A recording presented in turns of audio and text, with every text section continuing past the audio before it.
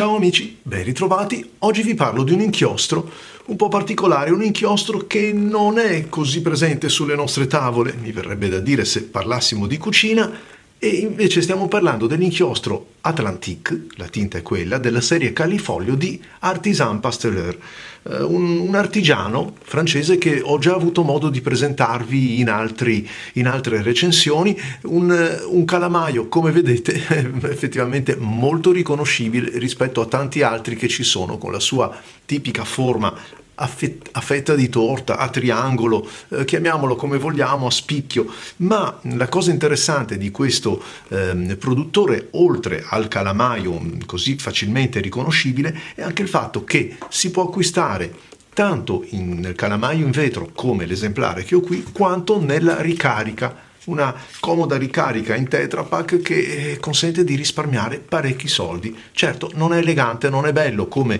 il calamaio, ma è anche vero che quando finisco l'inchiostro e lo voglio riassortire, spendo meno della metà con una bella ricarica. Oppure mi compro direttamente questa e rinuncio al calamaio. Quindi interessante, vi avevo fatto vedere anche, credo, qualche anno fa come si ricarica, come insomma è utilizzarla al meglio, visto che l'imboccatura in questo caso effettivamente è stretta, non ci passa alcuna penna stilografica.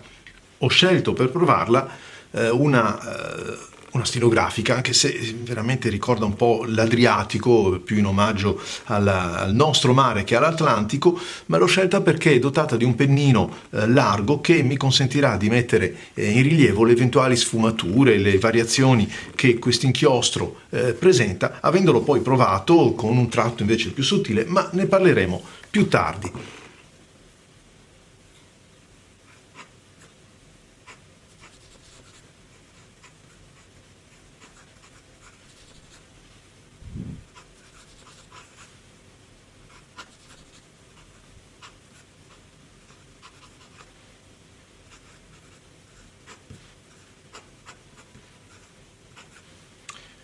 È molto bello scrivere con questo inchiostro sui pennini, quelli larghi come questo. Questo è un corsivo da 1.5 di Montegrappa.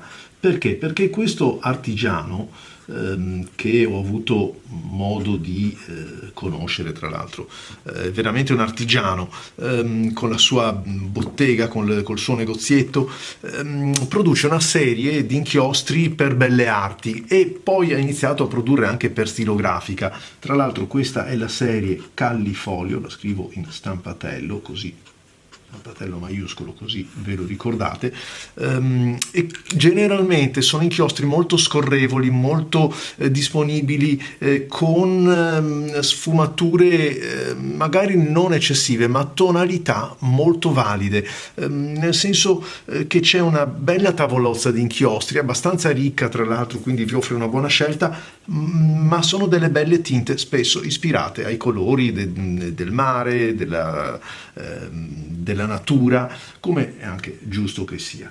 Provo con un altro tipo di scrittura.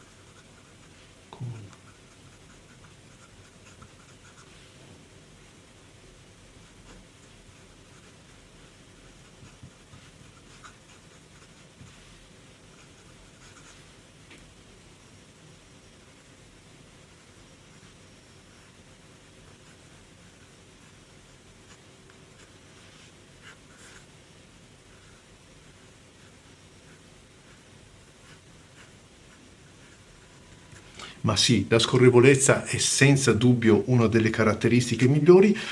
Si può notare come man mano che vada ad asciugarsi questo azzurro cambi un pochettino per poi andare invece a sistemarsi nuovamente.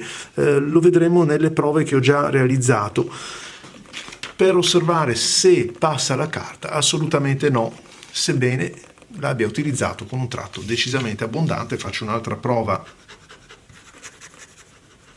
giusto per verificare, ma come vedete non c'è traccia, quindi ribadisco la formulazione abbastanza scorrevole, cioè non viscosa, che aiuta proprio la scrittura. Una volta asciugati resta un pigmento che è quello della base della composizione, ed è un pigmento senza dubbio molto valido, perché la tinta che rimane fissata è molto gradevole, molto piacevole, di solito un po' alleggerita rispetto a quello che vedono i nostri occhi nel momento in cui stiamo scrivendo. Una tinta che, come potete notare, una volta asciugata, una volta evaporata la parte liquida, resta nella pienezza della sua tonalità. In questo caso è un Atlantico quasi vicino al Mediterraneo come tonalità, insomma io lo trovo più vicino al nostro mare, ma mi piace molto, e più tardi andremo a vedere anche a quali altri inchiostri potrebbe avvicinarsi, perché è una tinta che effettivamente apprezzo parecchio.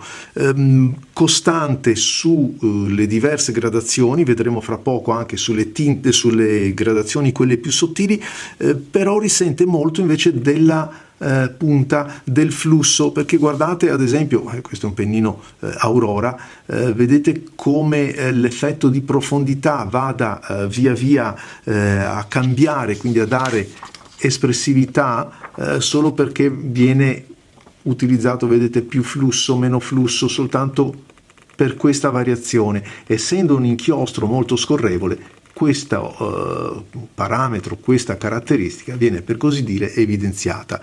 Su un pennino invece molto più rotondo come il WB della Pelikan, trovo che ci siano meno sfumature da una parte, però vedete ogni volta che si addensa l'inchiostro, anche qui ritroviamo queste caratteristiche.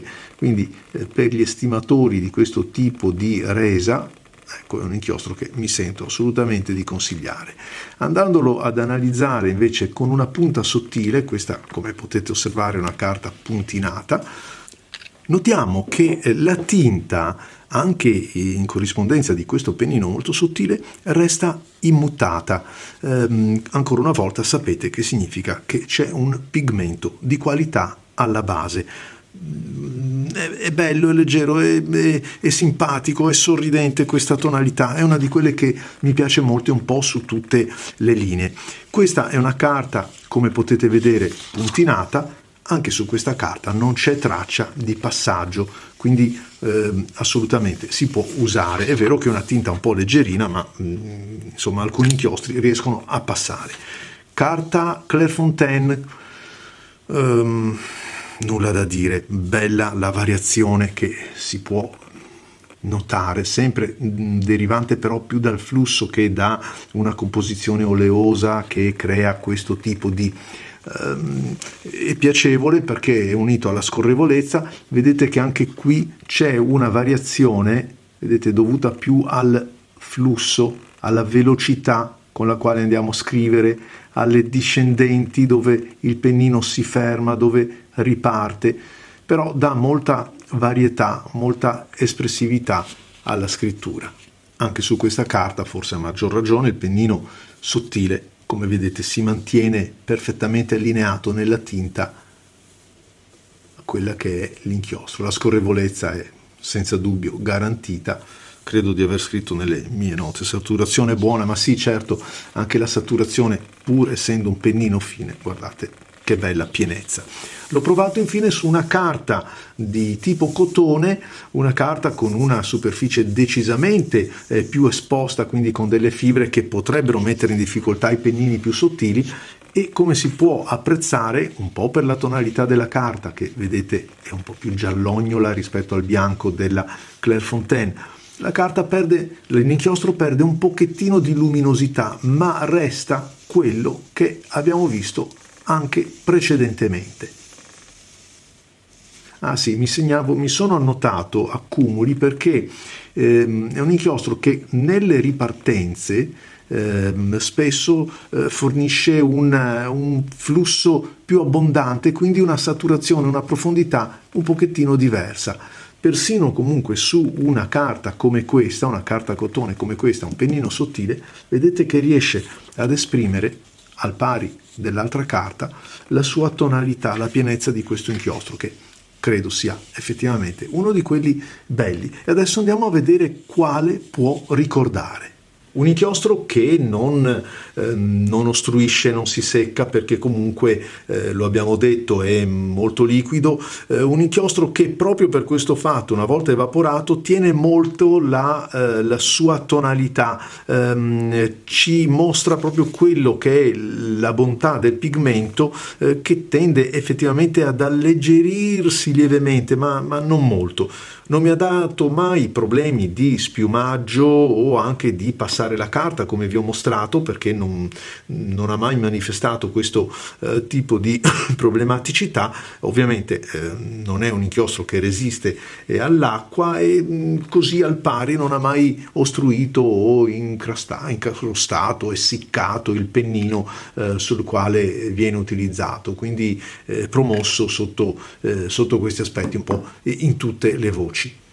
Quale inchiostro potrebbe richiamarmi o ricordarmi questo bel turchese con contaminazioni, turchese azzurro, perché si pone davvero un po' a metà strada, o è un turchese scuro o è un azzurro chiaro, ma come abbiamo detto tinte decise. Allora andiamo a vedere. Da una parte mi ricorda per esempio molto da vicino il Pelikan 4001 turchese. Il turchese di Pelikan è un pochettino più chiaro, però si capisce, sebbene non manchino, come potete osservare, delle belle sfumature anche nel Pelikan.